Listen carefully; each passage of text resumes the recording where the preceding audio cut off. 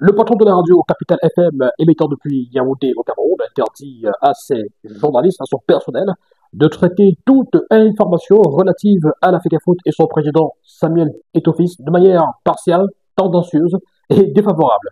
Pour certains sur la toile, c'est un recul de la liberté d'expression et même de la démocratie. Voilà, on parle de musellement.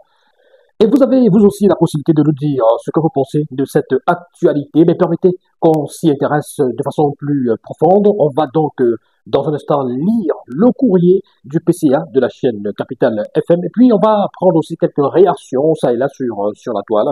Et livrer, bien évidemment, d'autres analyses, d'autres lecture par rapport à cette actualité. Alors n'hésitez surtout pas de vous abonner, abonnez-vous massivement et surtout activez la cloche de notification pour ne rien manquer de nos différentes publications.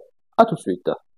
N'hésitez surtout pas à nous retrouver sur les différentes plateformes de notre web média La Vraie Actu TV sur YouTube en activant la cloche de notification. Et sur notre compte TikTok en vous abonnant, tout simplement. Ainsi, vous découvrirez nos différents contenus, les reportages, interviews, analyses sur des sujets d'actualité, sport, culture, musique, politique.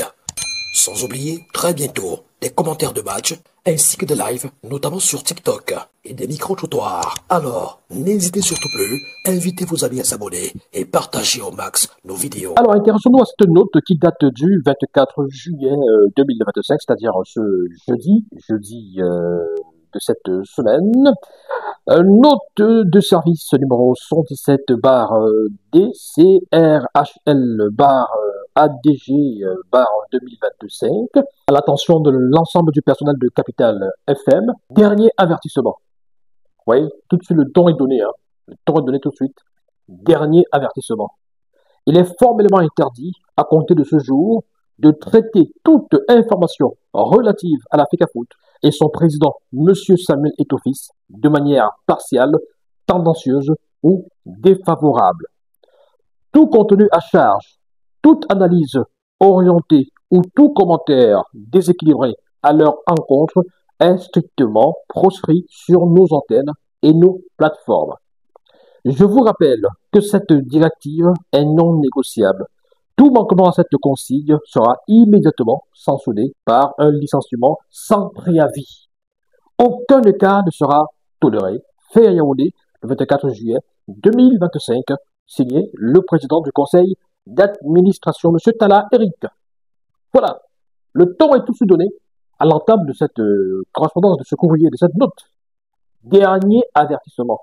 Et en conclusion, vous voyez, aucun cas sera toléré. Et on parle de licenciement sans préavis, au cas où quelqu'un tenterait de ne pas respecter donc cette directive. Essayons de prendre quelques réactions sur la toile. Sur la toile, ça va dans tous les sens. Hein. Ça va dans tous les sens. Il y en a qui jubilent. Oui, c'est le nom de Samuel Eto'o-Fils qui est mis en avant. C'est-à-dire que, oui, pour certains, les longs bras, voilà, c'est ça, la puissance, la force tranquille de Samuel Eto'o-Fils a encore agi, a encore frappé, parce que on a encore dans un média interdit à certaines personnes de dire n'importe quoi sur Samuel Eto'o-Fils, parce que ces personnes-là, d'après ces internautes-là, disent du n'importe quoi, mentent même, inventeraient des choses contre Samuel Eto'o-Fils, et donc le DGA, le PCA a frappé du poing sur la table pour dire arrêtez.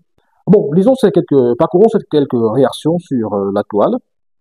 Prenons cette publication de Chancelion, Liberté de la presse, à Capital FM 102.8, une radio émettant depuis Yaoundé. Il est désormais formellement interdit de traiter une information relative à la FECAFOOT et à son président Samuel Eto'o-Fils de manière défavorable. Voilà, défavorable en hashtag. Vous avez cette publication de ce célèbre artiste Rogi Stentor. Waouh, ils vont donc manger comment? Pas gentil, le bras long. Ouais, le bras long. Alors, il reprend une publication qu'il partage, celle de Benji de Info, qui dit le PCA de Capital FM, M. Talla Eric, informe à tout son personnel que celui qui va encore prononcer le nom de Samuel Eto'o-Fils de manière tendancieuse sera viré sans préavis. Un défi que Jean-Jacques Zé va relever à coup sûr. De quel défi parle-t-il? Continuons. Ici Sport, celui qui est contre Samuel Eto'o est contre Dieu. Le patron de Capital FM, radio émettant à Yaoundé, informe tout son personnel qu'il est désormais interdit de prononcer le nom de Samuel Eto'o à l'antenne. Bon, sauf qu'il faut préciser qu'il n'a pas dit qu'il est interdit de prononcer son nom à l'antenne. Il a parlé de façon tendancieuse, partiale et défavorable. Un internaute, le PCA de Capital FM met un terme aux émissions à charge au traitement de toute information relative à la FECAFOOT et son président, Monsieur Samuel Eto'o-Fils, de manière partiale, tendancieuse ou défavorable. Rappelons que le journaliste Patrice Siméon Bomo, journaliste à Capital FM, avait été suspendu le 7 juillet 2025 avec incidence sur son salaire, une sanction qui intervenait après des critiques virulentes visant Samuel Eto'o. Des critiques virulentes. Était-ce vrai? Était-ce faux? Ce qu'il disait. Était-ce de la diffamation? Était-ce des fausses nouvelles? On va en parler. L'équipe 237, officielle, Capital FM suspend les critiques contre la FECAFOOT. Oh là là. Suspend les critiques contre la FECAFOOT. Le PCA de Capital FM interdit désormais tout traitement partiel ou défavorable visant la FECAFOOT et son président, Samuel Eto'o-Fils. Cette décision intervient après la suspension du journaliste Patrice Siméon Vomo le 7 juillet 2025 suite à des propos critiques contre Eto'o. Mati Bikok, le PCA de Capital FM, Monsieur Tala Eric, informe à tout son personnel que celui qui va encore prononcer le nom de Samuel Eto'o de manière tendancieuse sera viré sans préavis.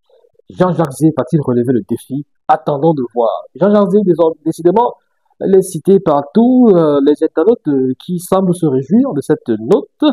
Et pourquoi? Parce qu'il avait déclaré, on se rappelle, dans cette vidéo-là, il avait déclaré qu'il s'en fout, on s'en fout des milliards de Samuel Eto'o-Fils. Il répondait à Sam Séverin Ango. Il disait clairement, on s'en fout des milliards de Samuel Eto'o-Fils parce que, à une question qui lui était posée, Sam Séverin Ango n'hésitait pas à nous rappeler que Samuel Eto'o-Fils est au-delà au-delà de tous les besoins d'argent, etc., et que voilà, c'est un milliardaire, et il n'avait pas besoin d'argent, et Jean José qui n'en pouvait plus, qui lui a balancé au visage, bah, écoute, on s'en fout des milliards de Samuel Eto'o-Fils, c'est quand même terrible ce pays. 237, le buzz du moment, Ernest Obama, celui qui est contre Eto'o est contre Dieu. Le président du conseil d'administration de Capital FM, M. Talaeric, informe à tout son personnel que celui qui va encore prononcer le nom d'Eto'o de manière tendancieuse sera viré sans préavis. Nous rappelons de cette sortie de Jean-Jacques Zé où il disait qu'il s'en fout de Samuel Eto'o et ses millions sur cette radio. Il avait parlé des milliards de Samuel Eto'o, précisément. Il n'avait pas dit qu'il s'en fout de Samuel Eto'o-Fils. Il avait dit qu'il s'en fout des milliards de Samuel Eto'o-Fils. Il répondait à Sam Séverin Ango. C'est toujours important de replacer les choses dans leur contexte. Il avait dit, parce que Sam insistait sur le fait que lui, il est milliardaire, il n'a pas besoin de ceci, pas besoin de cela. Et Jean-Jacques Zé lui répondre qu'on s'en fout des milliards de Samuel Eto'o-Fils.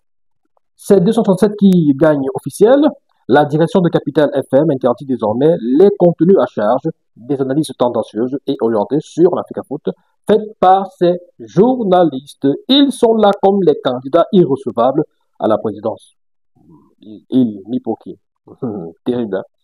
Landry Delmeco Banquet, le PCA de Capital FM du journaliste Jean-Jacques Zé, somme les journalistes à ne plus continuer de mener des reportages à charge contre Samuel Eto'o de façon déséquilibrée. Voilà. Une autre internaute, voilà, Mélisse Tell, le PCA de Capital FM met ses journalistes en garde contre leur cabale contre Eto'o. Elle va loin, elle parle de cabale. Il y aura une cabale de la part des journalistes de Capital FM contre Samuel Eto'o-Fils, selon ce qu'elle dit. Donc voilà. Maintenant qu'on a parcouru la toile, voilà, on a parcouru quelques publications ça et là sur la toile, on peut essayer de se dire un petit mot sur cette note du PCA de Capital FM. Il faut dire que c'est quand même surprenant de voir une telle note de la part d'un PCA de médias. Lorsqu'on parle de liberté d'expression, lorsqu'on parle de démocratie, il y a des choses qu'on ne doit plus retrouver en réalité quand on parle de démocratie. On se serait attendu à à ce que le PCA, comme beaucoup d'autres patrons de médias, essaye de faire des rappels déontologiques et aussi en matière d'éthique à son personnel, aux journalistes, dans le traitement de l'information et aussi dans, on va dire, dans le débat, parce que il est important d'éviter de diffamer, effectivement. Il est important d'éviter de colporter ce qu'on appelle fausses nouvelles. Il est important d'éviter les injures publiques. Il est important d'éviter les appels à l'insurrection ou à la révolte, etc., etc. Tout cela fait partie de l'ensemble qu'on appelle les délits de presse. Les délits de presse. Donc, en réalité, quand vous êtes patron de médias, vous dites, vous parlez à vos collaborateurs, à vos employés, à votre personnel, et vous leur dites d'éviter les délits de presse qui peuvent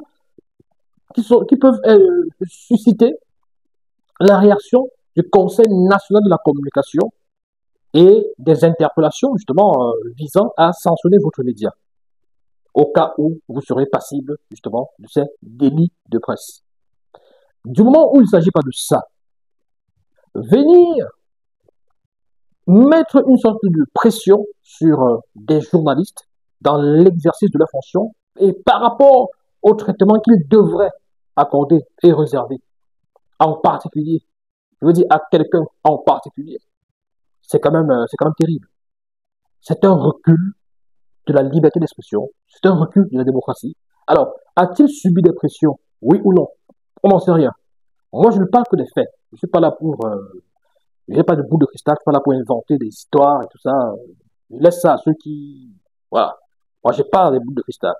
Mais je me pose des questions. J'essaie d'analyser objectivement. J'essaie de, sur la base des faits, de tout ce que nous voyons. Pourquoi est-ce que on doit demander à un média ou alors à des journalistes d'un média de ne pas... C'est-à-dire que pourquoi est-ce qu'on doit demander ça en particulier? Ils n'ont pas dit que je ne veux pas qu'ici, là, vous parlez du président de la République n'importe comment, etc., etc. On parle clairement du président de la Fédération camerounaise de football et de la FECAFOOT. C'est-à-dire que il faut que les journalistes là évitent. C'est quoi un traitement tendancieux? C'est quoi un traitement partial? C'est quoi un traitement défavorable? Je pense que c'est une façon, tout simplement, de dire à ces journalistes-là de ne même plus parler de la Fédération camerounaise de football et de son président. Parce que chaque fois que vous aurez à parler et à ne pas être d'accord avec la Fédération camerounaise de football et son président, ça pourrait être interprété comme étant un traitement partial, tendancieux et défavorable. Vous vous rappelez que tout cela est dû à ces accusations, ces soupçons de détournement, entre guillemets, ce prétendu détournement que beaucoup de personnes annoncent sur la toile, ça et là, mais qui ne sont pas encore ces détournements-là avérés, éprouvés ou démontrés. Et donc, au cours de cette émission, où Sans Séverango était invité, ça allait dans tous les sens, et le journaliste en question sur le plateau de Jean-Jean C se retrouvait justement dans la posture de celui qui pensait que il y a anguille sous roche à la FECAFOOT. Il a été suspendu. Il avait été suspendu par la chaîne. Donc, on en arrive à la situation où la chaîne, le PCA, demande aux journalistes de ne plus traiter des sujets relatifs à la FECAFOOT et à son président de façon tendancieuse, partiale et défavorable. C'est-à-dire que si vous estimez que la FECAFOOT n'a pas bien fait, si vous estimez que, bon, dans le conflit MINSEP-FECAFOOT, la FECAFOOT a tort, donc vous avez traité la FECAFOOT de façon défavorable. Hein? Moi, je suis d'accord sur le fait qu'il faille respecter la déontologie journalistique en évitant donc la diffamation, en évitant les fausses nouvelles, en évitant pas mal de délits de presse. Il ne faut pas dire n'importe quoi sur les gens sans véritablement en avoir les certitudes ou des preuves. Ça, c'est la base du journalisme. Maintenant, lorsque vous avez des faits, quand des faits sont pratiquement clairs, vous avez la possibilité de vous prononcer sur ces faits et même de tirer des conclusions. S'il est établi que, effectivement, quelqu'un a reçu un virement dans son compte personnel par rapport à une association et tout le reste. C'est un fait que les gens peuvent commenter et estimer que ce n'est pas normal. Mais même ça, on ne vous accorde pas de dire que ce n'est pas normal. Parce qu'il ne faut pas dire des choses défavorables contre quelqu'un en particulier. Alors, peut-on estimer que cette personne en particulier se cache derrière cette décision? Est-ce qu'on peut estimer que cette personne en particulier ait pu exercer des pressions sur le PCA ou à travers ses relations, ses hautes instructions et tout le reste pour qu'on en arrive là? Rien n'est moins sûr, rien n'est impossible au Cameroun, mais tant que nous n'en avons pas la preuve, on se garde de le dire. On se garde de le dire. J'ai vu beaucoup de personnes sur la toile jubiler et revenir sur le cas Jean Jarzé, parce que Jean Jarzé a dit qu'il se fout des milliards de sa des offices. Maintenant, tous les regards sont dirigés vers Jean Jarzé. Est-ce qu'il va tenir? Est-ce qu'il va pouvoir accepter cette mise en garde de la part du PCA? Est-ce qu'il va pouvoir euh, digérer cela? Est-ce que pour lui ce sera un peu comme un affront? Est-ce qu'il peut se sentir infantilisé? Parce que c'est quand même difficile d'avoir le statut de Jean Jarzé aujourd'hui, d'être dans sa posture, dans sa position, et que l'on vous dise que vous ne devez pas parler d'un individu et de l'association qu'il dirige de façon défavorable. Parce que il faut déjà définir le mot défavorable. Il peut être utilisé à géométrie variable. Il peut avoir plusieurs acceptions, plusieurs sens. Vous pouvez estimer que Marbris, qui a démissionné ou pas, la FECAFOOT n'avait pas fait ceci, a fait cela, et on vous dit que c'est défavorable. Et on vous dit que vous avez traité cette actualité de façon tendancieuse, partiale et défavorable. Donc, finalement, c'est un peu une façon de vous museler, de vous demander même de ne même plus parler. Parce que chaque fois que vous allez parler, qu'est-ce qui prouve que ce que vous allez dire ne sera pas perçu comme quelque chose de défavorable? C'est-à-dire que même si à la FECAFOOT, on commet les pires erreurs et tout le reste, et que vous venez sur votre plateau dire que la FECAFOOT a commis une erreur, ce sera toujours considéré comme étant un traitement partial, défavorable. Voilà, c'est quand même terrible. Comment comprendre? Comment comprendre? Ce qui est plus attristant dans cette histoire, comment comprendre que certains hommes de médias sur la toile se réjouissent de cette information, de cette décision du PCA? Comment comprendre qu'aujourd'hui, en 2025 au Cameroun, que la liberté d'expression soit autant menacée et que des gens applaudissent? Parce que là, nous sommes clairement dans ce qu'on peut appeler l'entrave à la liberté d'expression. Si les gens ont à dire par rapport à la FECAFOOT, laissez-les parler, mais demandez-leur de ne pas sombrer dans des délits de presse. Demandez-leur de ne pas sombrer dans la diffamation, dans les injures et fausses nouvelles et consorts, dans les fake news et consorts. Demandez-leur simplement de rester professionnels, de respecter la déontologie et l'éthique journalistique, qui voudrait qu'on ne colporte pas des fausses nouvelles et qu'on n'accuse pas des gens n'importe comment sans en avoir la preuve.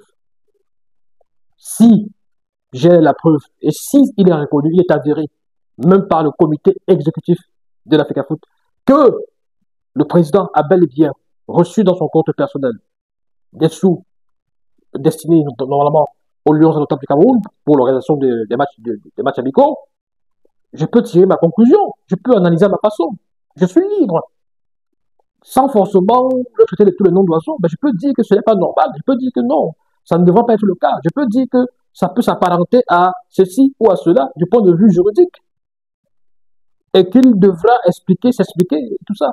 Sans que ce soit un commentaire tendancieux ou partial ou défavorable, forcément. Je pense que nous sommes là dans des manœuvres qui visent à museler la presse, à faire peur aux uns et aux autres, à empêcher aux gens de dire des choses sur ce qui se passe à la Fédération camerounaise de football. On sait que l'heure est grave de ce côté-là. avec toutes les accusations, vraies ou fausses, je n'en sais rien. Je n'ai pas la boule de cristal, rappelez-vous, je vous l'ai tantôt dit. Accusations vraies ou fausses, par rapport à ceci, cela, etc., etc. C'est une manœuvre, à mon avis. Je ne sais pas si, je ne suis pas en mesure de vous dire si la manœuvre est orchestrée par X ou par Y, mais je dis, c'est clair que on veut empêcher aux gens de parler. Ça peut aussi être de la part des proches du concerné, ça peut aussi être de la part des amis du concerné, qui estiment que il n'est pas question, il n'est plus question qu'on parle mal de leur ami, et surtout pas dans leur radio ou dans leurs médias. Donc c'est de ça qu'il s'agit. Mais quand on dit parler mal de X ou de Y, est-ce que ce qui est dit contre lui est vrai ou c'est faux? C'est ça le plus important. C'est ça le plus important. Rappelez-vous, il y a quelques jours, c'est Alain Denis Koul qui avait été interpellé, et il avait été amené, tout ça. Ah oui, on est là, on veut empêcher aux gens de parler, de dire des choses. C'est un recul. Je dis, c'est un recul de la liberté d'expression. Et des journalistes, des vrais, des hommes de médias ne devraient pas s'enthousiasmer devant telle chose, parce que je vois tout le monde là-bas dit, oh, le long bras, le long bras, le long bras. Non, on ne doit pas célébrer ce genre de choses. C'est une reculade. C'est une grosse reculade. Et encore de la part d'un patron d'un média qui dit à ses employés de ne pas parler de ceci, pas de cela, parce que. Et les menaces sont terribles. Licenciement sur le champ, avec effet immédiat, blablabla, tout ça. Donc, c'est terrible. C'est terrible. Est-ce que le Conseil national de la communication a dit que ce que le monsieur là a déclaré et tout le reste, ça méritait, par exemple, d'être suspendu, ça méritait un blâme, un avertissement? Est-ce que c'était faux? Bref, c'est ça le Cameroun. Le Cameroun, des longs bras, de jour comme de nuit. Bienvenue. Alors, que pensez-vous de cette note du PCA de Capital FM adressée à ses employés, à son personnel, et qui interdit le traitement de toute information relative à l'Africa Foot ou son président de façon tendancieuse, partielle ou tout simplement défavorable? Vous avez la possibilité de laisser vos réactions en commentaire. N'hésitez surtout pas, saturez, et partagez aussi, partagez à tous vos amis. Pensez-vous que Jean Zé doit rester dans ce média? Pensez-vous que Jean Zé, avec sa carrure, avec son parcours, son expérience, doivent subir ce type de situation que beaucoup de personnes apparentent à une sorte d'humiliation et d'infantilisation de ce grand journaliste à qui on interdit de parler de Samuel Eto'o parce que on sait que oui, il serait en froid avec Eto'o, ou alors il reprocherait quelque chose à Eto'o, ou alors il aurait un problème particulier avec Eto'o. Est-ce que vous pensez que lui, Jean aujourd'hui, avec sa carrure, il doit digérer ce genre de choses et continuer à travailler comme si de rien n'était? Ou alors, il doit simplement se dire non, voilà, je ne peux pas supporter ça, je ne peux pas supporter qu'on m'interdise de faire des commentaires, de m'intéresser à une actualité comme celle-ci et peut-être claquer la porte. Laissez vos réactions, laissez vos impressions en commentaire. Ciao, ciao. Bye bye.